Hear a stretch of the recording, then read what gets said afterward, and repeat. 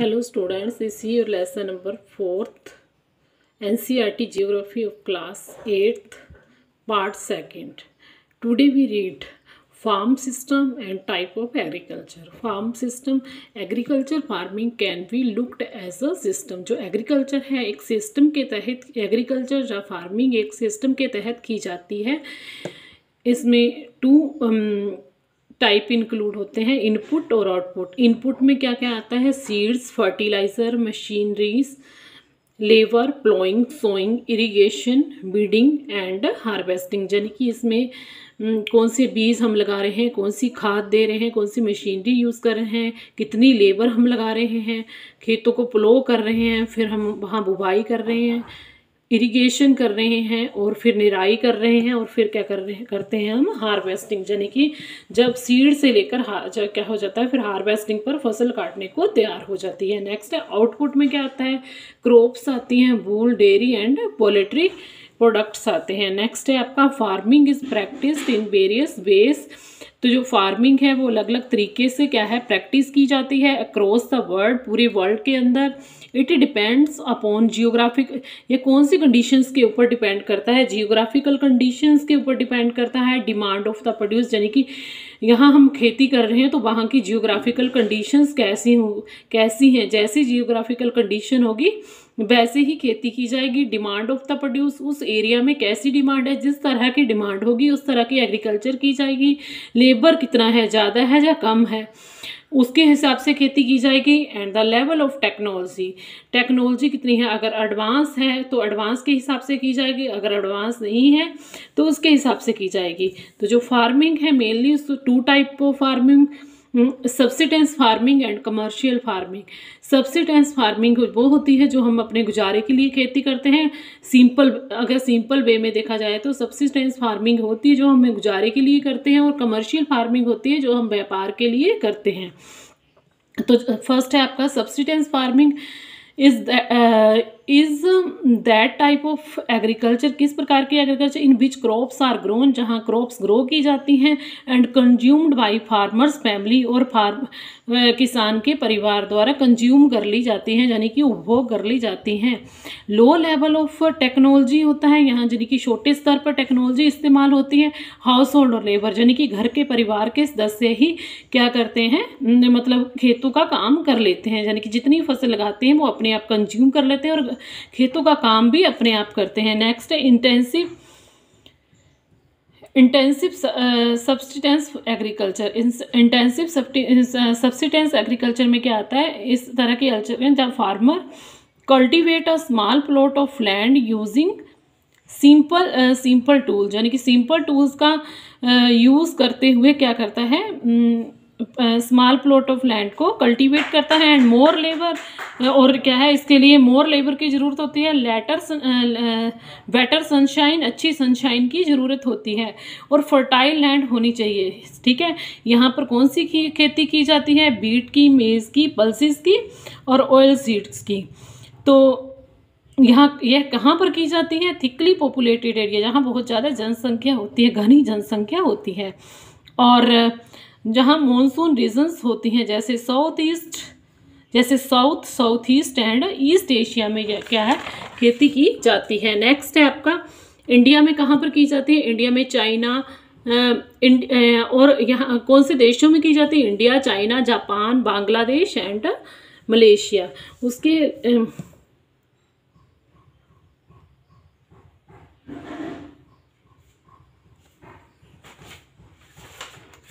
उसके बाद है ऑर्गेनिक फार्मिंग. ऑर्गेनिक फार्मिंग में क्या? ऑर्गेनिक फार्मिंग जो आपको साइट पर दी है, organic manure and natural pesticides. इसमें क्या है?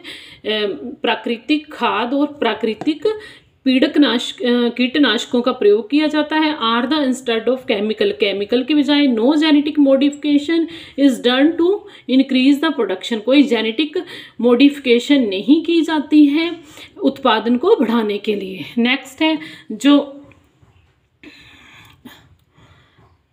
Primitive subsistence agriculture. इसको टू पार्ट्स में डिवाइड किया जाता है, शिफ्टिंग कल्टीवेशन और नोमैडिक हर्डिंग.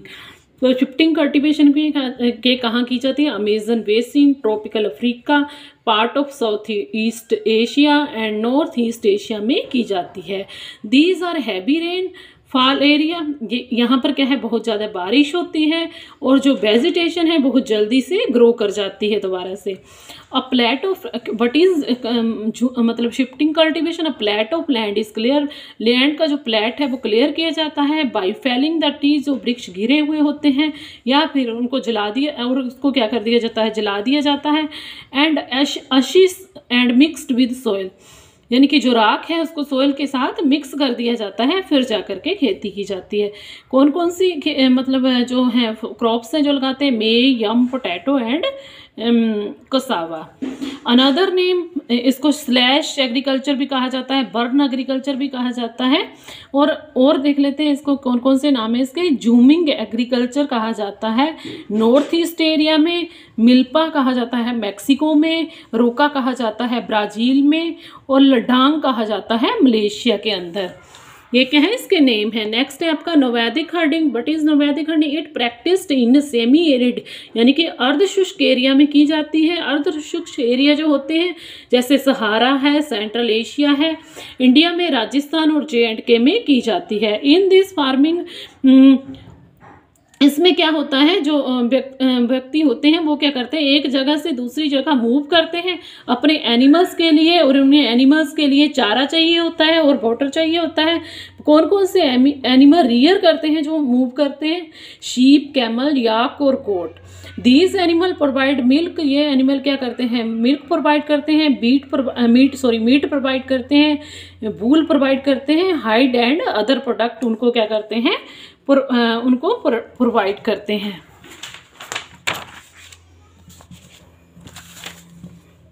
नेक्स्ट है commercial farming. Crops are grown and animals are reared for sale, यानी कि फसल किस लिए उगाई जाती है? बेचने के लिए, और जो पशु भी पाले जाते हैं वो भी बेचने के लिए, सेल के लिए पाले जाते हैं। The area cultivated and the amount of capital used large, यानी कि जितना एरिया भी बहुत ज़्यादा बड़े प्लॉट पर की जाती है और जो अमाउंट है पैसा भी काफ़ी इसमें लगा हुआ होता है। वर्क डन विद मशीन्स, जो काम है मशीनों द्वारा किया जाता है। कमर्शियल फार्मिंग इंक्लूड, इसमें क्या क्या इंक्लूड होता है? ग्रेन फार्मिंग, मिक्स्ड फार्मिंग और प्लांटेशन और एग्रीकल्चर। जो कमर्शियल ग्रेन फार्मिंग है इसमें क्या किया जाता है? Crops are grown for commercial purpose, यानी कि क्रॉप्स किसके लिए लगाई जाती हैं? बेचने के लिए, यानी कि कमर्शियल पर्पस के लिए। और प्रैक्टिस कहाँ पर की जाती है? टेम्परेट ग्रासलैंड में और नॉर्थ अमेरिका में, यूरोप में और एशिया में। नेक्स्ट आपका mixed farming. What is mixed farming? Land is used for growing food and fodders and rearing livestock, यानी कि यहाँ पर क्या है, क्रॉप्स भी उगाई जाती हैं, पशुओं के लिए चारा भी उगाया जाता है, पशुओं के लिए चारा उगाया जाता है। ये कहाँ पर की जाती है? यूरोप में, ईस्टर्न USA में, अर्जेंटीना में, साउथ ईस्ट ऑस्ट्रेलिया में, न्यूजीलैंड में और साउथ अफ्रीका में। इसके अलावा आगे है सिंगल क्रॉप ऑफ टी, यानी कि प्लांटेशन क्या होती है? Where single crop of tea, जहाँ सिंगल क्रॉप टी की सिंगल क्रॉप यानी कि एक फसल लगाई जाती है प्लांटेशन में। तो वहाँ जैसे टी की, कॉफ़ी की, शुगर केन, कैश्यू और रबड़ और कॉटन की, बनाना की और कॉटन की, यानी कि एक सिंगल चीज़ की खेती की जाती है, अदर चीज़ें नहीं लगाई जाती। Are grown in a large amount of labour and capital, इसमें लार्ज मतलब बहुत सारी लेबर की ज़रूरत होती है और बहुत सारे धन की ज़रूरत होती है। आर रिक्वायर्ड, जिसकी ज़रूरत होती है। फ्रॉम ये कहाँ पाई जाती है? Tropical regions of the world में, जैसे रबड़ कहाँ पर होती है? मलेशिया में, कॉफ़ी ब्राज़ील में, टी इंडिया में और श्रीलंका में। इस तरह से आपका टाइप ऑफ एग्रीकल्चर फिनिश हुआ। नेक्स्ट लेक्चर में हम नेक्स्ट पार्ट करेंगे।